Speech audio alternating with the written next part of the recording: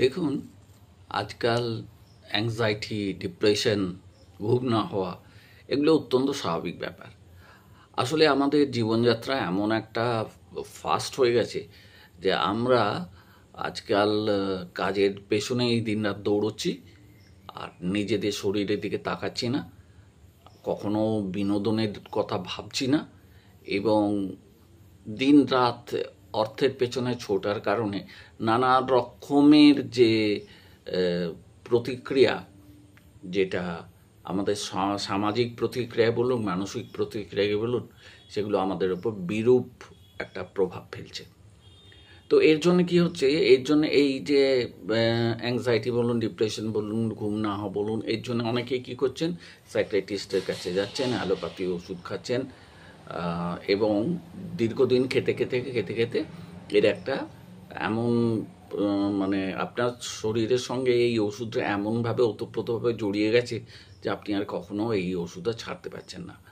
ছাড়তে না পারার ফলে আপনি ভাবছেন ছাড়বো, কিন্তু ছাড়তে যেই যাচ্ছেন অমনি কি হচ্ছে না, একটা রিবাউন্ড এফেক্ট হচ্ছে। মানে আপনাকে মানে ওই শরীরের সঙ্গে হ্যাবিচুয়েটেড হয়ে যাওয়ার ফলে কি হচ্ছে না, বারবার করে আপনি একটা বিরূপ প্রতিক্রিয়া পাচ্ছেন, ওষুধটা ছাড়তে পারছেন না। তো এর হাত থেকে বাঁচার জন্য হোমিওপ্যাথি ওষুধ আছে। তো হোমিওপ্যাথি ওষুধ নিরাপদ ওষুধ এবং এর কোনো অ্যাডিকটিভ প্রভাব নেই, সুতরাং আপনি নির্দ্বিধায় খেতে পারেন। তো একটা ওষুধের কথা বলবো, অত্যন্ত জেনারেল ওষুধ, যাদের একটু ঘুমের সমস্যা আছে, একটু চিন্তাভাবনা বেশি করেন বা একটু চিন্তাভাবনা করতে গেলেই তাদের অত্যন্ত ক্লান্ত লাগে, যাদের সবসময় মনে হয় যে একটা বিষণ্ণতা একটা রয়েছে, ভালো লাগছে না কিছু, এরকম ধরনের একটা পরিস্থিতিতে ক্যালিফস বলে একটা ওষুধ আছে। এটা বিভিন্ন পোটেন্সিতে পাওয়া যায়, বায়োকেমিক ওষুধ। 3x থেকে 6x, 12x, 30x, 200x বিভিন্ন মানে ইয়েতে পাওয়া যায়। তো আপনি যদি চান তো এই ক্যালিফস ওষুধটা খেতে পারেন।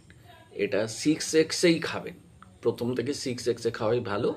4টে করে গুলি 3বার খাবেন, সকাল দুপুর সন্ধে, জিভে ফেলে দেবেন 4টে গুলি, আপনা থেকেই গলে যাবে। এবং 3বার খাবার পর আপনি লক্ষ্য করুন আপনার মানসিক উন্নতি হচ্ছে কি না। হতে বাধ্য। আপনার যে এই অ্যাংজাইটি বলুন, ডিপ্রেশন বলুন বা ঘুম না হওয়া বলুন, এগুলোর হাত থেকে দেখবেন আপনি অনেকাংশেই মুক্তি পাবেন। তবে অ্যালোপ্যাথি ওষুধ ছেড়ে দেবেন না, ডাক্তারবাবু